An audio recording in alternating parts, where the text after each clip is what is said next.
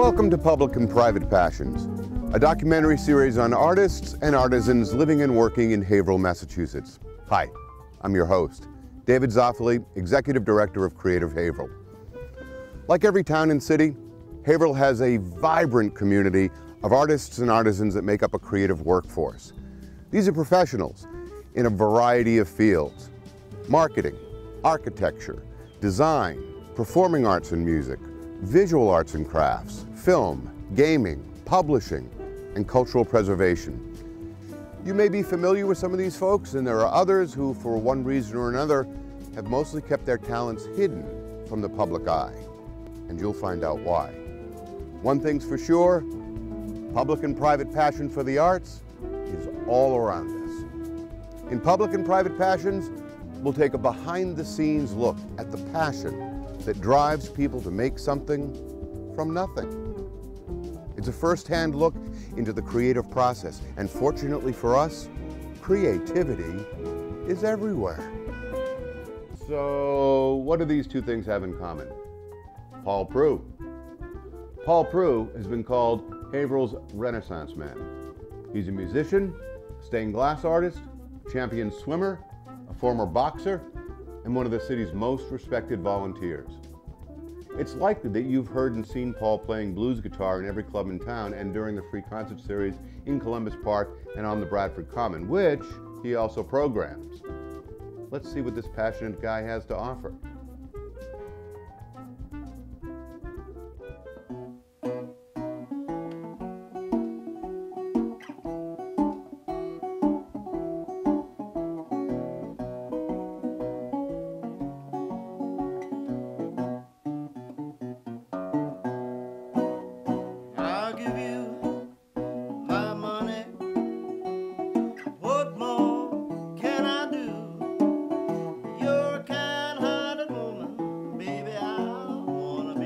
Up here, up by Paul Nettle School, that's where I was born, up in the woods. I went to John Greenleaf Whittier School, and they had a great arts program.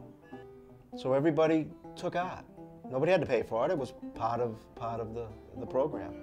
And from grammar school into the high school, there was such a big arts community within the school, great teachers that took you on personally. So it wasn't teaching 30 people, they teach 30 people individually. So I found that there was a lot of great art going on back then, and I wanted to be a part, always wanted to be a part. When I graduated from Vesper George School of Art in Boston, my career was set to be a graphic designer. And at the time I was working right when I got out as a font designer. I love fonts, I love typography. So I worked for companies like CompuGraphic, Graphic Systems, Agfa. So I pursued that. But I was also doing some graphic work for a recording studio in Boston, in Cambridge. So I worked for a man by the name of Joe Sayre, owned AAA recording studio in Dorchester. I really didn't know he was a very wealthy man, but he had a 15 room mansion, and he had hired a stained glass artist from Europe to come and do his windows. And many of them. He hated them, sent them back.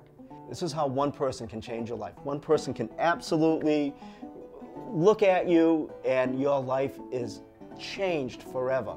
And he looked right at me, he goes, "You can do this." And I didn't. I go, "Joe, what?" He says, "Stained glass."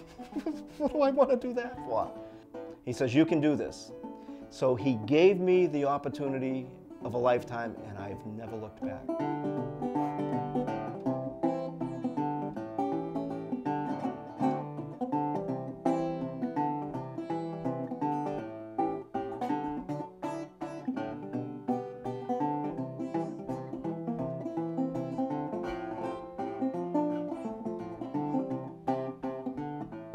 So for about 5 years, that's all I did. No books how to do it. Nobody was going to tell me how to do it. He provided me the materials to learn. And literally paid me a pittance. And all I did for 14 hours a day is paint glass, fire it, paint it, fire it, paint it, fire it. And then after that, I spent 2 years doing his place. And it were all coat of arms shields. And they didn't mean anything, we made them up. we had all the heraldic shield books, and we put that symbol in, that symbol. So I guess if anybody ever goes in his house, they're gonna go, what was that all about?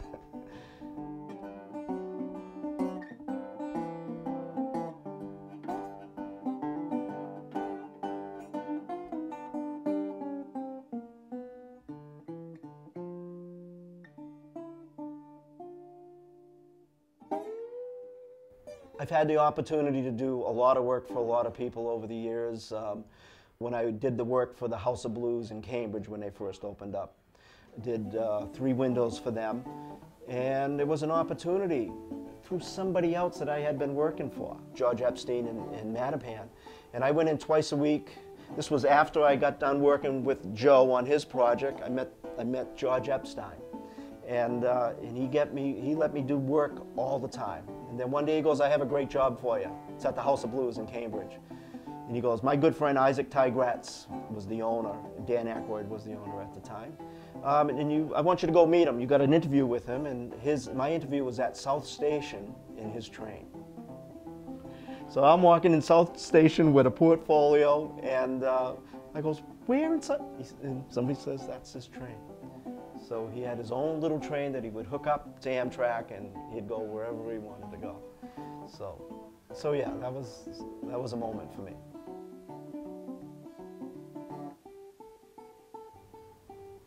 Well, a lot of the work that I do today, church restoration work. So a church will call me in because their windows are bowing, or they're broke, or somebody broke a face, and the challenge that I have at that point is if I'm going in to repaint something, I have to match what the studio did back in the 1800s. I have to match that paint formula.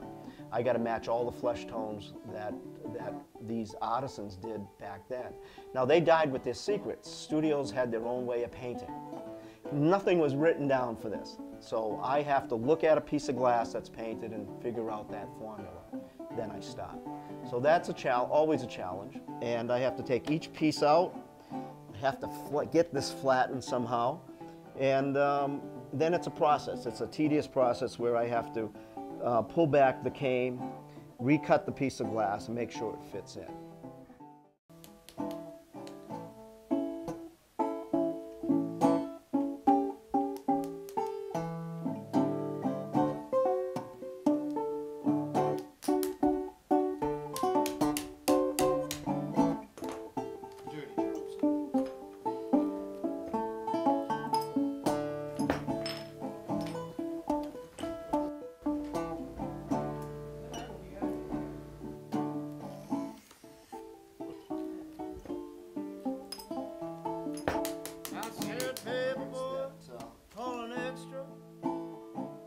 Have you read the news?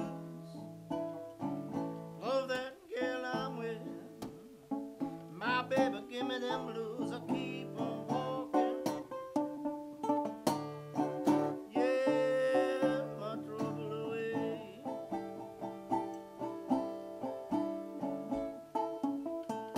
I said, well, now I'm so glad. Ain't gonna be no trouble here today. I got the coffee grounds in my coffee, boll weevils in my tea. Something about my baby said, baby, come with me, I'll keep on walking. Yeah, that old trouble away.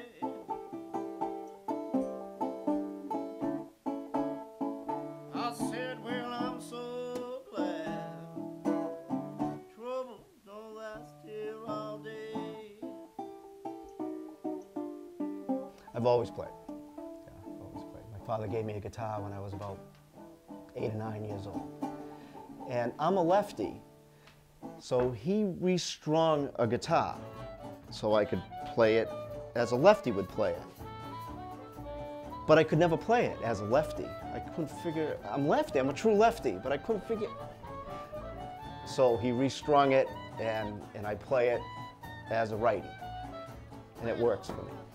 Well, I see I'm thinking I'm lonely. I loaded that old 44. Come on, Rick, show me now.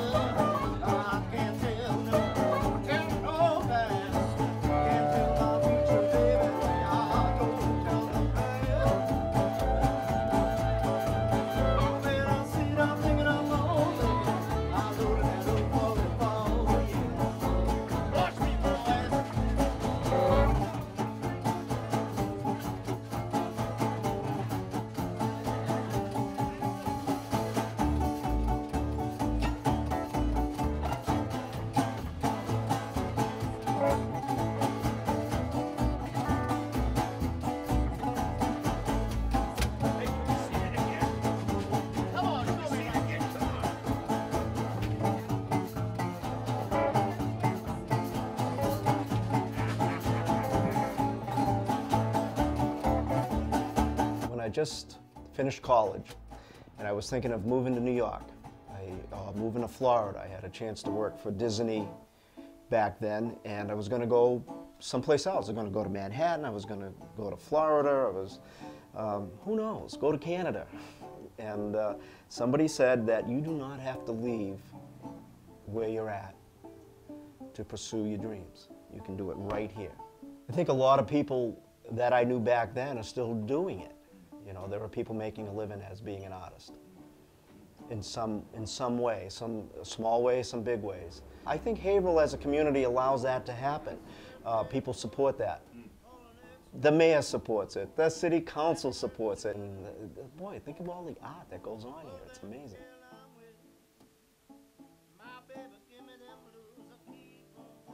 I think if you give everybody an opportunity to be creative, they can be.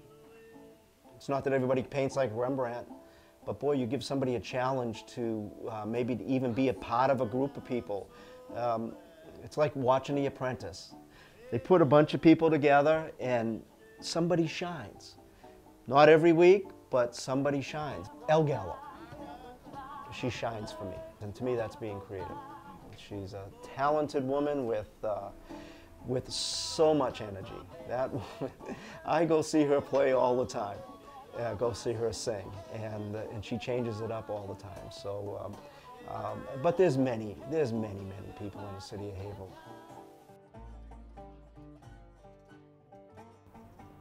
Focus. Whatever.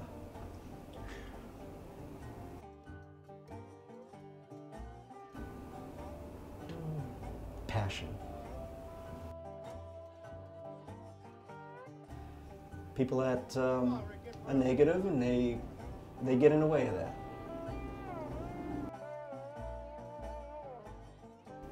I think first thing in the morning, the kind of that nature sound of just the birds chirping. And, yeah. Industrial sound. Of course, I hear it every day here right on Salem Street, but earplugs help that. I guess if I was younger and I had a chance to maybe try something else, I would love to fly fast planes.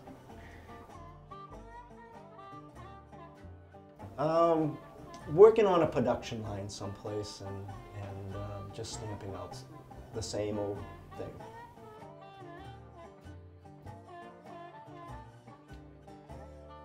Well, I look at it as what the universe has offered me, the gifts that it's given to me in life. And you just have to go find those gifts. They find you, but you really have to also find those gifts that are in yourself.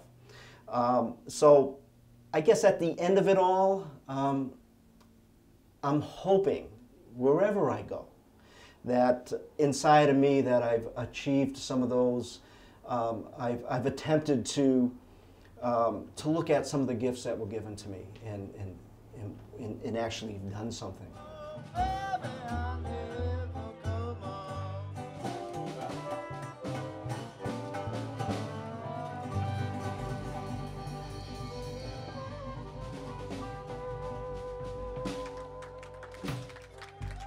Never come off. Hey, Peter Chase, why don't you, What's your favorite word? Hope.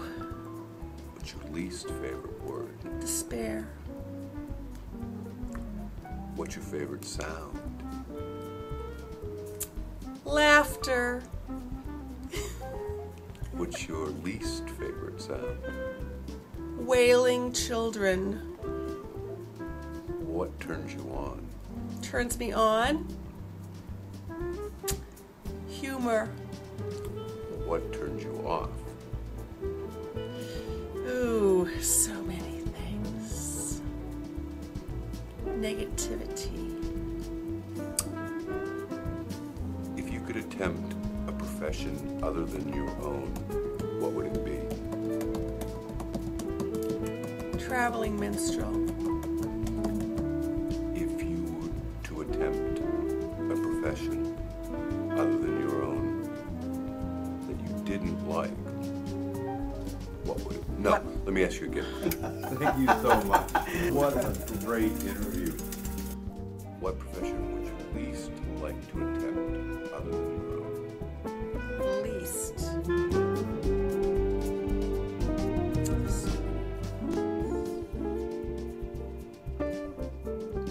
Car salesman. If heaven exists, Oh, when it does. what would you like to hear God say when you enter the pearly gates? Come on in!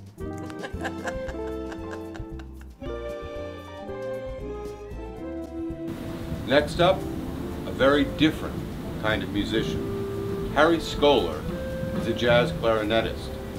He's an inspiration to his family, to his friends, to his students at the Berklee College of Music because he's got an esoteric take on life that is inspirational. Let's take a look.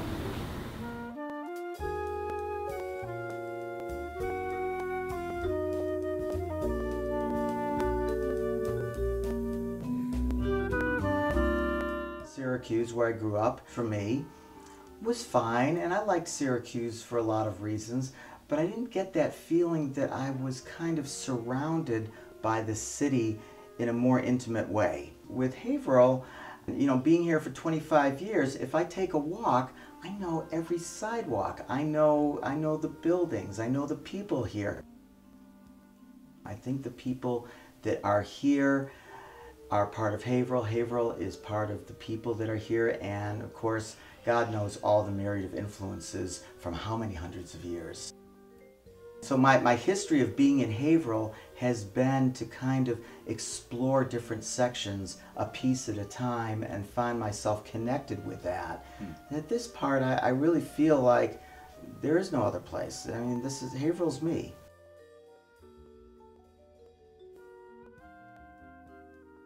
Well, actually, my mother did give me some piano lessons when I was about 4. And I enjoyed it, but in my neighborhood, if you found any kid, they were your best friend. There weren't a lot of kids. When I turned 9, there was a neighborhood bully, and this particular kid, quite nasty kid, threatened me. A lot of times, in particular, this one was surrounding the clarinet, and he says, I have to play the clarinet, and I'm not going to be the only one. So there I was, taking forced lessons. I hated it. And so after that first year, when Harvey quit clarinet, I quit clarinet. And very happily so. But I do remember seeing a clarinet player on television and thinking, I can do that. And that was the only thing that I ever thought that about. I wasn't good at sports. I wasn't good in social skills. But that, I remember thinking, literally, I can do that.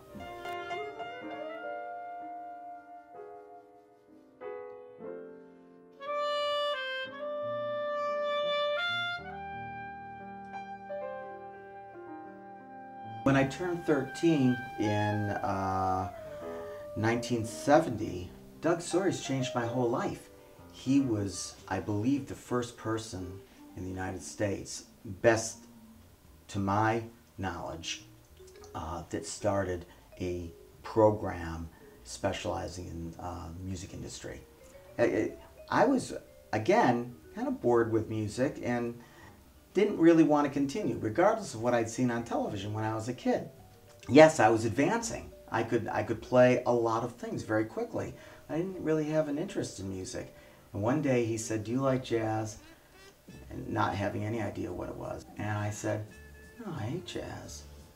He says, okay. He says, look, here are some old Benny Goodman solos that have been transcribed. He says, take this home and practice it and come back next week and I want you to play something. So I did. I didn't know anything about interpreting it with a jazz feel. So I played it as a classical etude with a very straight approach. And he said, can I borrow your clarinet? And I said, oh, sure. He popped his mouthpiece on it and he wailed on this Benny Goodman solo. You know, I got on my bicycle, went out to the first mall in Syracuse, shopping town, and picked up a Benny Goodman album, brought it home, listened to it, and when my dad came home that night, I said, Dad, I want to be a jazz clarinet player. I like a lot of genres, but that captured me. I mean, I was its prisoner, and that was it, that day. Never changed after that. I was 15. I try not to be there. I believe that the music's already there, and if I can stay out of its way, and if I can master the technique to the best of my ability, this doesn't become a distraction.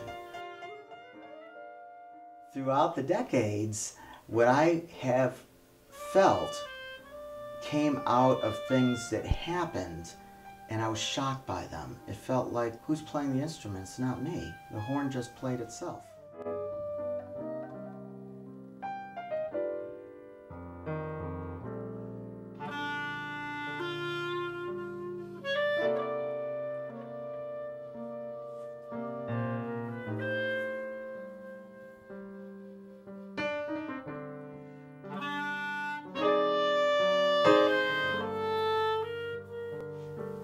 And I don't necessarily believe in ghosts, but I do believe that there are ways of communication that are within all of us that come from so many places. It'd be impossible probably to try to map it all out. But for me, if I could try to remember that taste, and then if I can get out of its way, then the music is free to dance. And on those lucky times that it dances with me.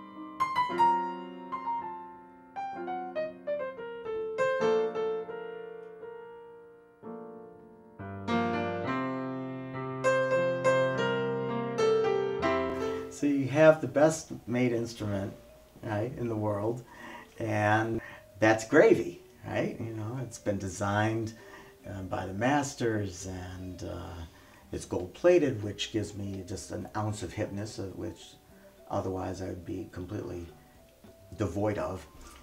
But this little thing here, this reed, which you could break almost by looking at it, every reed is different.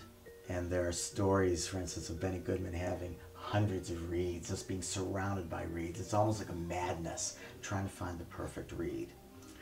Haven't found it yet.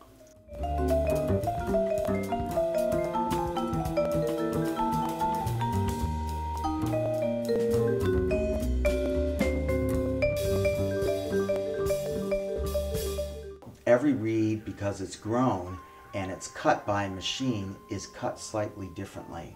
And because it's grown, there are no two pieces of cane exactly alike.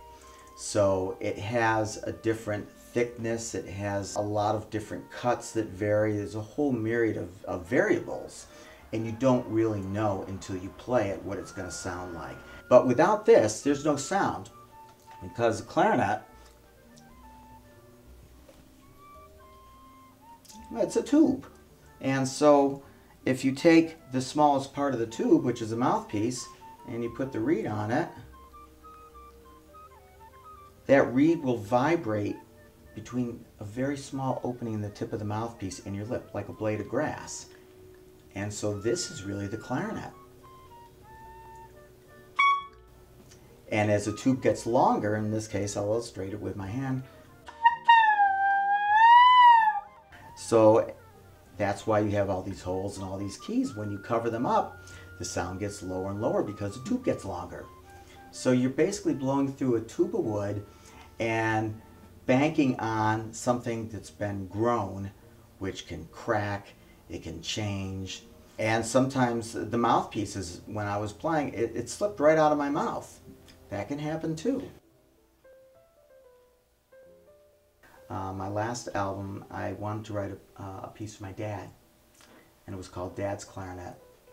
And I sketched something out, and then I worked with the brilliant vibraphonist and pianist Ed Saindon, who's professor at Berkeley, and he took the piece and made it even better with, you know, his approach to the composition. And when we got into the studio, I decided to take my dad's clarinet from, it was made in 1929. It was the first year of production for this buffet clarinet that actually had serial numbers on it. And I went into the studio, and two people, aside from that day with Doug Sawyer's, my teacher, had played this clarinet, my dad and myself. And this piece was written for my dad, but it wasn't descriptive. I wasn't trying to capture his character or personality or anything. It was just meant to be for him, but yet played on his instrument. Now, his instrument had a gorgeous old sound to it, really hauntingly beautiful. But the wood was so old that it was warped inside the instrument, so you cannot play this clarinet in tune. And so what I had to do with my face to keep it in tune was outrageous, just to try to make it listenable, and couldn't do it. We did 5 takes. Wow. And I was ready to give up, and I walked out and I said, if I don't get it, you know, I'm just going to play it on my clarinet. And he said, Ed said, do you want to try one more time? So we did, and that time the feeling hit me. That time it hit me like a truck in the face. And I was just, I could feel it now. And I played, and then when we got out of the studio booth, Ed said, do you want to go listen to it? And I said, yeah. And it was as perfect as it was going to be.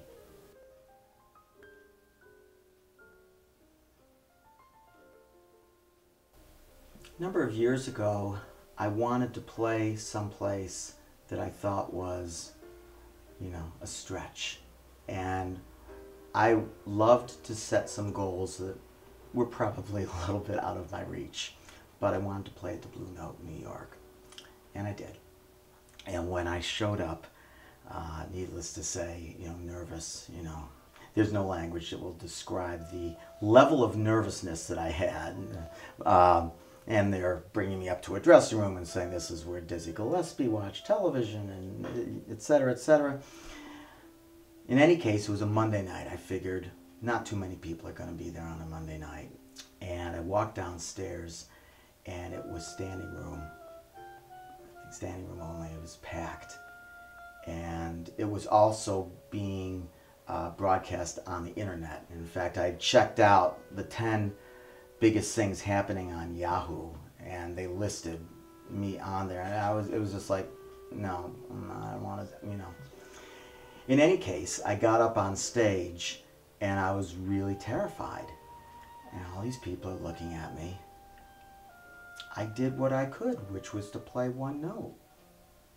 That was my only option. Start out with a note. And I had to be present and accounted for that note. I didn't have a second one necessarily that I knew was going to be coming afterwards. And then I don't really remember too much of anything. Next thing I know, it was over with, and there were people, you know, God bless them, standing in a line with CDs waiting for me to sign them. It was a blast. And we drove like bats out of hell, you know, the next morning, and I literally walked in 5 minutes late to a class right out of the car. And I said, I'm sorry I'm late, I just played in New York. And somebody held up a picture and they said, I know, you know. But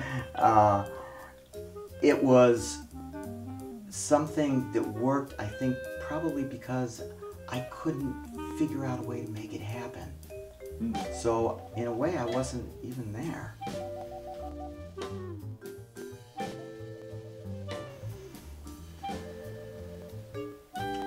Intrigue.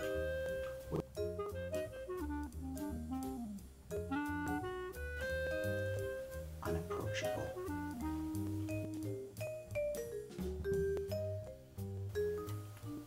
Sincere smile.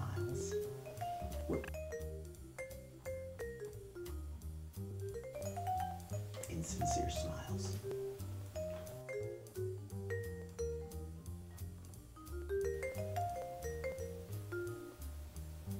I love my daughter whispering in my ear that she'll always love me.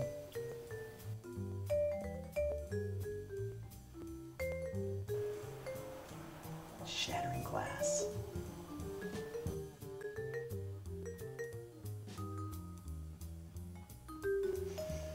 Robert Ballard is an oceanographer, but one that finds, treasures, like the Titanic. I would love to do something like that.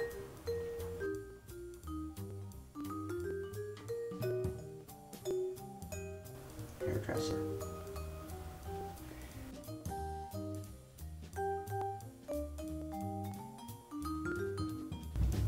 I have 2 free tickets for Charlie Parker's 10:30 set tonight. That's great. Thanks for joining us. Part of what we do at Creative Haverhill is to identify, nurture, and promote our local talent. They make up today's and tomorrow's creative workforce that helps drive economic development. Throughout history, artists have always led the way in changing societies, and Creative Haverhill is leading that charge. You can follow us on Facebook, Twitter, YouTube. Just type in Creative Haverhill, you find us everywhere. Have a creative day.